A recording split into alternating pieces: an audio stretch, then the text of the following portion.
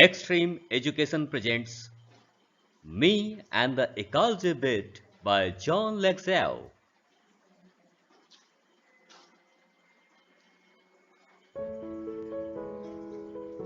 Me and the Ecology Bit by John Lexell. John Lexell's present lesson, Me and the Ecology Bit, brings out how the issue of preserving environment and saving ecology is everybody concern and difficult to solve. Preaching about ecology is easy, but it is difficult to abide by the rules of ecology preservation.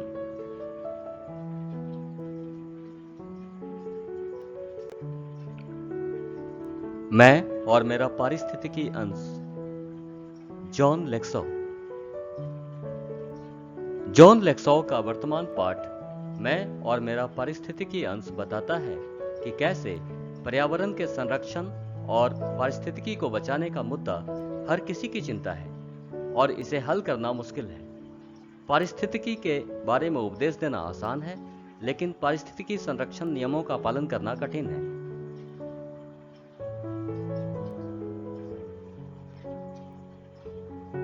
Sure, it is hard to get people to work for ecology. Everybody is in favor of it, but nobody wants to do anything about it. At least I am doing something, going around telling people what they should do. But all I get is a lot of backtalk.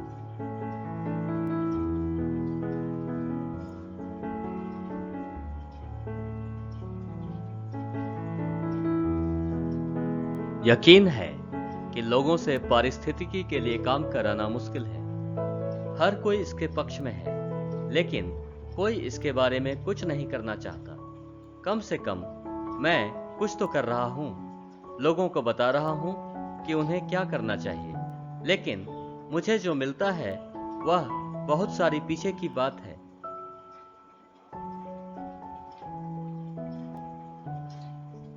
I have this paper route. My father had one when he was a kid, so he made me get one last year.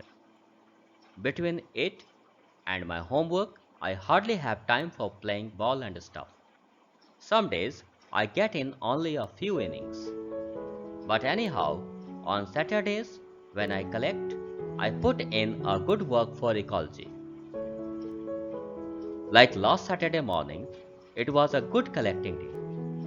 It had just turned spring and a lot of people were outside.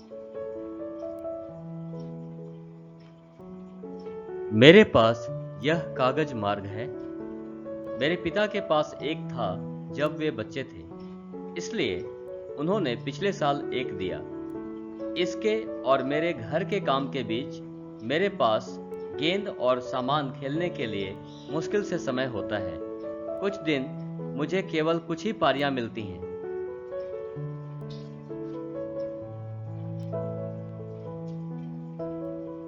I went to Mr. Williams' house.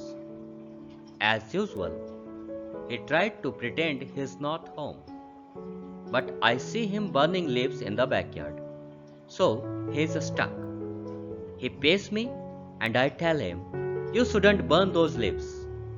It's bad for air, bad ecology. You should make a compost pile like we do. Put in the leaves, garbage and stuff. Good for the garden."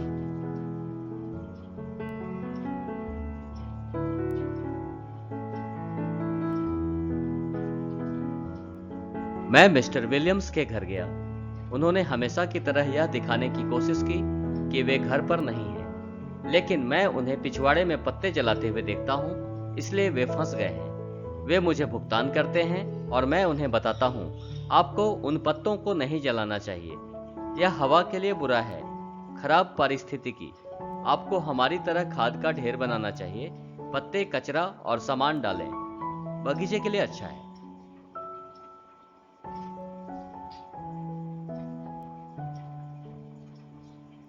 He doesn't agree or hang his head in shame.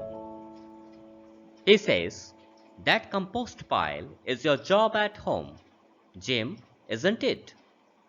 "Yes," I say proudly. which would suck the idea I hate working with compost, which I do. Mr. Williams says, "Well, don't you take little more trouble with it? Put enough dirt on top of each layer. Then we wouldn't have this noise pollution."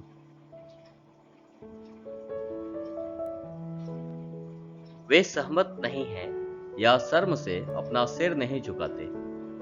वे कहते हैं कि वह खाद का ढेर घर पर तुम्हारा काम है, जिम, है ना?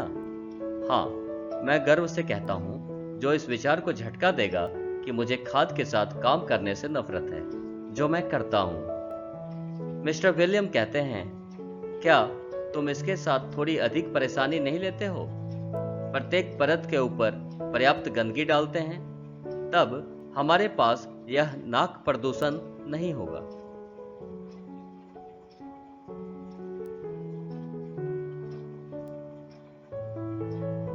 My feelings are hurt, but that doesn't stop me from trying again. I go to collect from Miss Green. I have to call her Miss Green because if I call her Mrs., she says she doesn't have change to pay me. She is putting her garbage out for weekly pickup on Monday. She goes away on weekends. So on Saturdays and Sundays, we have to look for the big plastic garbage bags on her lawn. But I don't say anything about it. I just look at the garbage.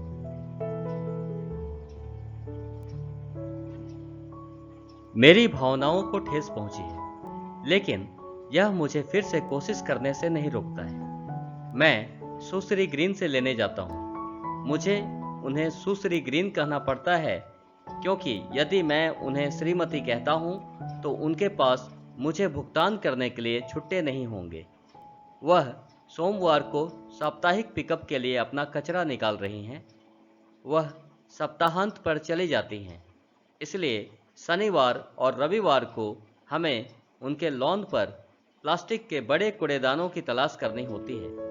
लेकिन मैं इसके बारे में कुछ नहीं कहता, मैं सिर्फ कचरा देखता हूं।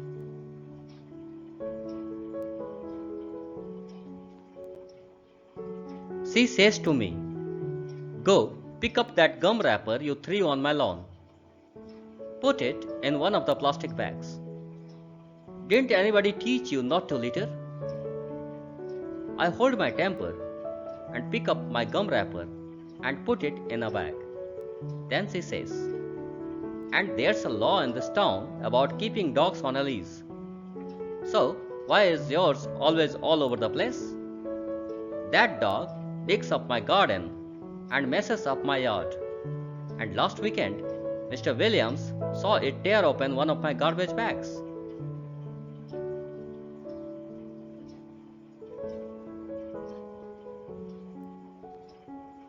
वह मुझसे कहती है, "जाओ उस गोंद के रैपर को उठाओ जिसे तुमने मेरी लॉन पर फेंका था। इसे प्लास्टिक की थैलियों में से एक में डाल दो। क्या किसी ने तुम्हें कूड़ा डालना नहीं सिखाया? मैं अपना आपा रखता हूं और मैं अपना गम रैपर उठाकर एक थैली में रख देता हूं। फिर वह कहती है, "और शहर में पट्टा पर रखने के बारे में एक कानून है, तो तुम्हारा हमेशा हर जगह क्यों है?" वह कुत्ता मेरे बगीचे को खोदता है और मेरे यार्ड को खराब कर देता है, और पिछले सप्ताहांत श्री विलियम्स ने उसे मेरे कूड़े के थैले में से एक को फाड़ते देखा था।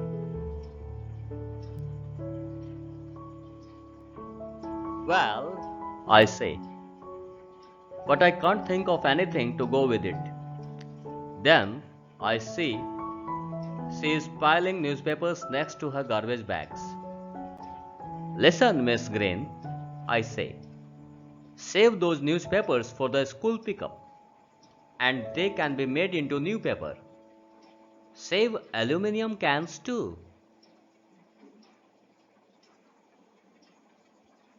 ठीक है, मैं कहता हूं, लेकिन मैं इसके साथ जाने के लिए कुछ भी नहीं सोच सकता। फिर मैंने देखा कि वह अपने कूड़ेदानों के बगल में अखबारों का ढेर लगा रही हैं। सुनिए सुश्री ग्रीन, मैं कहता हूं, उन अखबारों को स्कूल पिकअप के लिए बचाइए और उन्हें नया कागज बनाया जा सकता है। एल्यूमिनियम के डिब्बे भी बचाइए।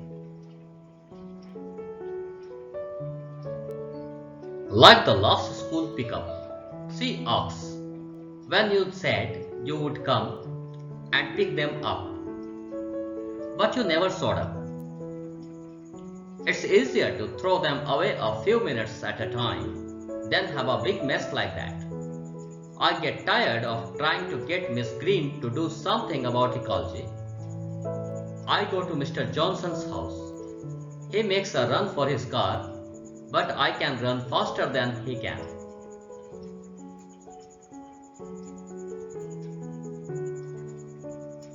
पिछले स्कूल पिकअप की तरह वह पूछती है, जब आपने कहा था कि आप आएंगे और उन्हें उठा लेंगे, लेकिन आप कभी नहीं आए। इस तरह की एक बड़ी गड़बड़ी की तुलना में उन्हें कुछ मिनट में एक बार में फेंकना आसान है। मैं सुश्री ग्रीन से पारिस्थितिकी के बारे में कुछ करवाने की कोशिश करते करते थक जाता हूँ। मैं मिस्टर जॉनसन के घर जाता हूँ। वे अपने कार के लिए दौड़ते हैं, लेकिन मैं उनसे तेज दौड़ सकता हूँ।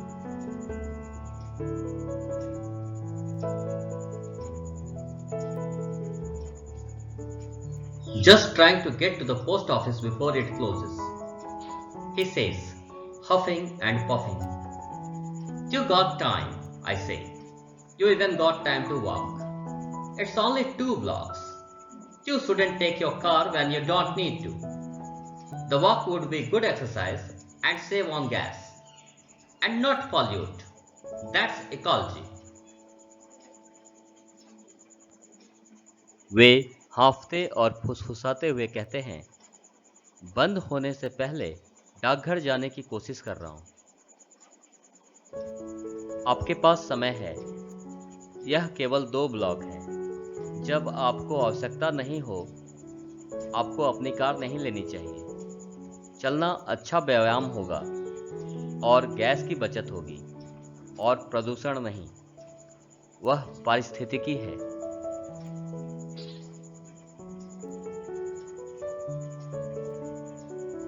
They sure are, I say. We had a lot about trees and ecology in school. They make the air better and stuff like that. See that tree over there, he says, pointing to where there isn't any tree. I don't see any tree, I tell him. Of course not, he says. And no grass either, because you made a path there, making a shortcut from Mrs. Green. There was a little tree just starting to get bigger there, until you killed it by trying to jump over it every day. Remember.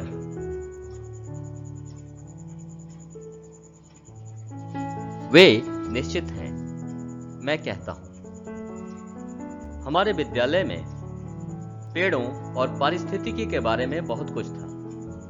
वे हवा को बेहतर बनाते हैं और इस तरह की चीजें। वहां उस पेड़ को देखो। वे वहां इंगित करते हैं जहां कोई पेड़ नहीं है। मुझे वहां कोई पेड़ नहीं दिख रहा है। मैं उन्हें कहता हूं, बिल्कुल नहीं, वे कहते हैं, और घास भी नहीं, क्योंकि तुमने श्रीमती ग्रीन से एक छोटा रास्ता बनाया। वहां एक छोटा पेड़ था जिसने अभी बड़ा होना शुरू ही किया था कि तुमने रोज उसके ऊपर से कूदने की कोशिश में उसे मार डाला, याद है?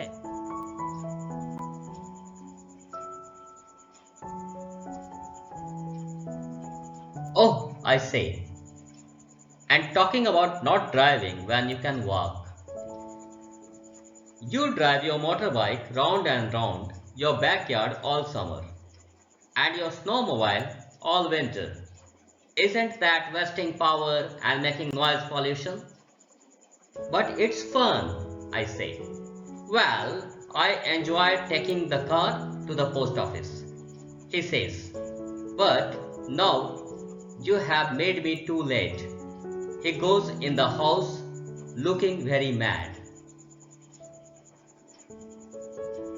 ओह, मैं कहता हूँ। और जब आप चल सकते हैं तो ड्राइविंग न करने की बात कर रहा हूँ। तुम अपनी मोटर बाइक से पूरे गर्मियों में अपने पिछवाड़े के चारों ओर घुमाते हो और तुम्हारा स्नो मोबाइल पूरी सर्दी। क्या वह ऊर्जा बर्बाद नहीं कर रहा है और ध्वनि प्रदूषण नहीं कर रहा है? लेकिन यह मजा है, मैं कहता हूँ।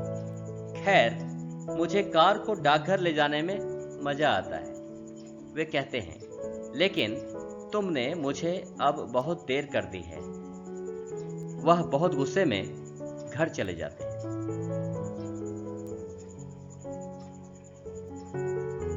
Then I remember he hasn't paid me, but I decide to wait until next Saturday. At least I made him not pollute with his car for once. I don't talk to the rest of my route about ecology. It's very boring work, this ecology bit. But when I get home, I see my mother using electric mixer. You should do that with your old egg beater. I point out to her. Save on electricity. Women use too many electric things.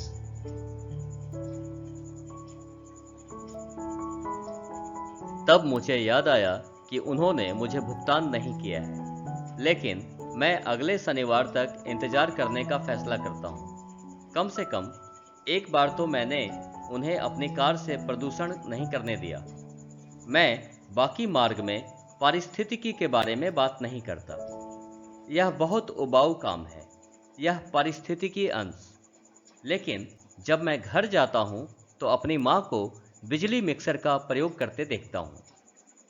आपको अपने पुराने अंडा mixer का उपयोग करना चाहिए, मैं उसकी ओर इशारा करता हूँ।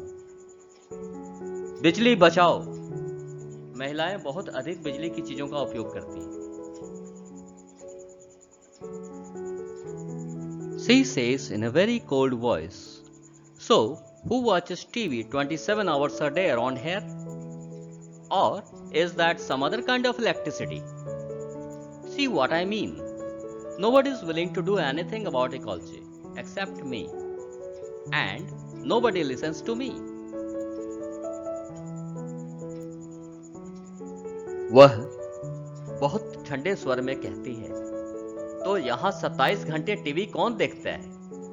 या यह कोई अन्य प्रकार की बिजली है? देखिए, मेरा क्या मतलब है।